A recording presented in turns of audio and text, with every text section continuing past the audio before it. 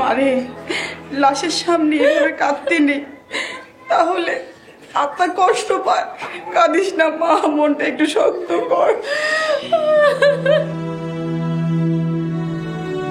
আম্মু একটু শান্ত হও আম্মু।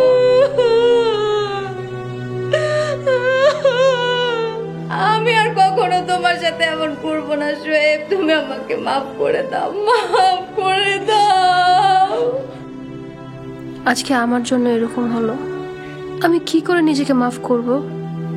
কিন্তু আমার তো কোনো দোষ নেই, সবাই শুধু শুধু আমাকে ভুল বুঝতেছে।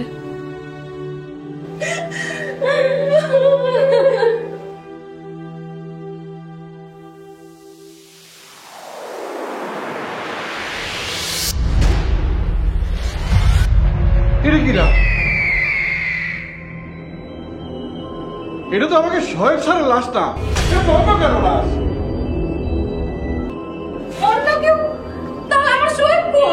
কিন্তু আমি তো শোয়েবের লাশ হাসপাতাল থেকে ঠিকই নিয়ে আসলাম। Money bag, ID card, mobile সবই তো ঠিক আছে। ভাইজান একটা কাজ আপনি ঠিক মতো করতে পারেন না, আমার ছেলের লাশ নাই না, আপনি কারে নিয়ে আসছেন এইখানে? হাসপাতালের ভিতরে কিছুক্ষণ কারেন্ট ছিল না, তাইলে কি লাশটা পরিবর্তন হয়ে গেল? মামা আপনারে কত করে বলছিলাম, আমার চাচা শ্বশুর চোখে দেখে না, আপনি অন্তত পক্ষে দেখে শুনে তো নিয়ে আসবেন। আমি তো ওনাদের সাথে কথা বলছিলাম আর মানি ব্যাগ, মোবাইল এগুলা নিচ্ছিলাম। তাহলে তো ঠিকই লাশ পরিবর্তন হয়ে গেছে, আমাদের দ্রুত হসপিটালে যাইতে হবে। হ্যাঁ,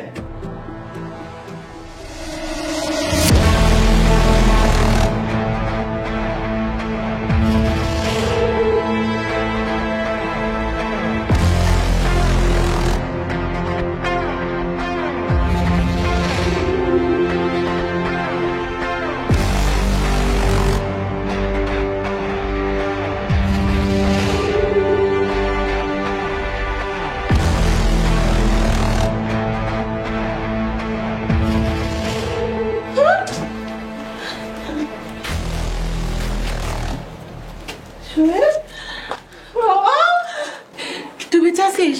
বেঁচে আছিস বাবা? কি হইতেছে এখানে সব? আর তোমরা এভাবে কাঁদতেছো কেন?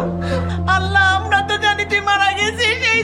এই যে দেখতেছিস লাশ, এটা আমরা ভাবছিলাম তোর লাশ। বাবা তুই কই আছিলি? কই ছিলি তুই? মা কি সব উল্টাপাল্টা বলতেছো? আরে তোর বউ আমারে ফোন করে বলছে তুই অ্যাক্সিডেন্ট করে মারা গেছিস। বাবা আমরা দৌড়ায় চলে আসছি বাড়ি থেকে তোরে দেখার জন্য। তোমরা সব উল্টাপাল্টা কথা কেন বলতেছো? আমার লাশ মানে? আমাকে হাসপাতাল থেকে তোমার নাম অ্যাড্রেস সবই তো বললো, আর তাছাড়া তোমার মানি ব্যাগ, মোবাইল এগুলো আসলো কোথা থেকে? আরে এগুলো তো আমার কাছ থেকে ছিনতাইকারী ছিনতাই করছিল।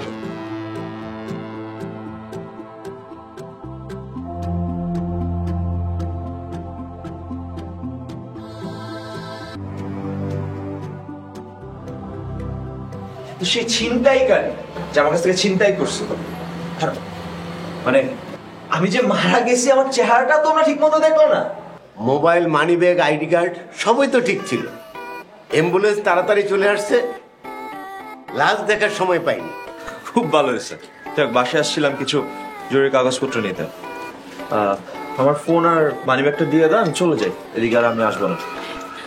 আমি তোমাকে কোথাও আর যেতে দেব না, আমার ভুল হয়েছে, তুমি আমাকে মাফ করে দাও প্লিজ। একদম খুব খারাপ আছে, সামনে দিকে সরো।